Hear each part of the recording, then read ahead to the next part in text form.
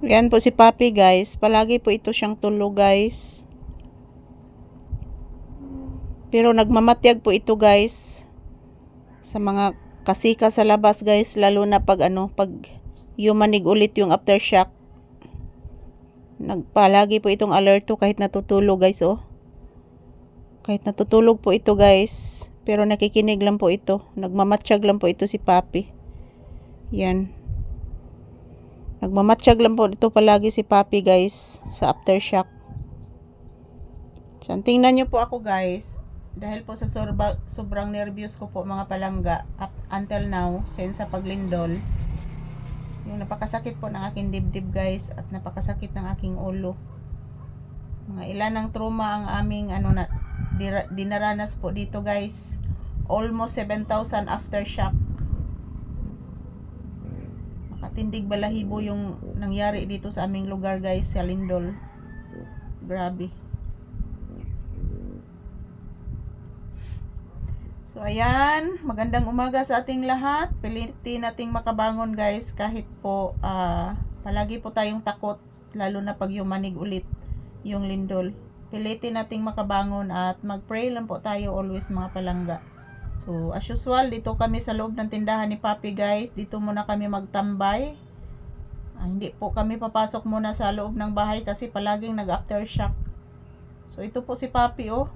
Palagi po kaming kulang sa tulog ni Papi guys. Since sa paglindol until now. Kasi pag matutulog kami guys sa labas, bigla kaming makagising dahil po sa aftershock. Malakas pong aftershock. So pati si Papi guys, ayan, palaging tulog po dito ngayon. Kasi arawan na ngayon, hindi na po gabi. Kapag gabi guys, aftershock, matatakot talaga kami. So sa labas po kami matutulog. Yan po si Papi oh. Tulog lang ha. Tulog lang bibi. So ayan mga palangga, mag-ingat po tayong lahat. Ayan, today is October 6, 2025.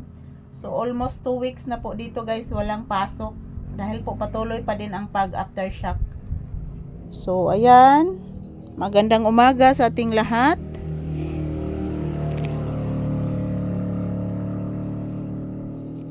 So all the time guys, dito kami sa labas, dito kami sa loob ng tindahan nag-standby. Bihira lang po kami papasok sa loob. Makapasok lang po ako sa loob ng bahay guys kapag kapag magluto at yan, magluto mga palangga. Kasi hindi po kami magtambay doon sa bahay kasi palaging mag-aftershock.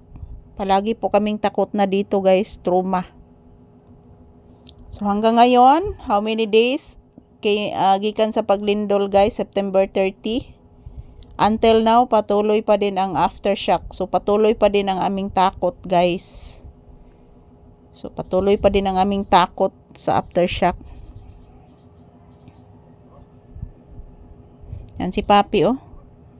Kunting galaw, kunting ingay. Bigla po itong gumising guys.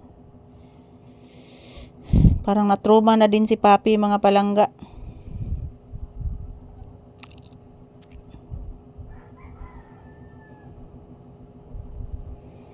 Parang na-trauma na din si Papi guys. Grabe. Grabe ang mga panghitabo dito.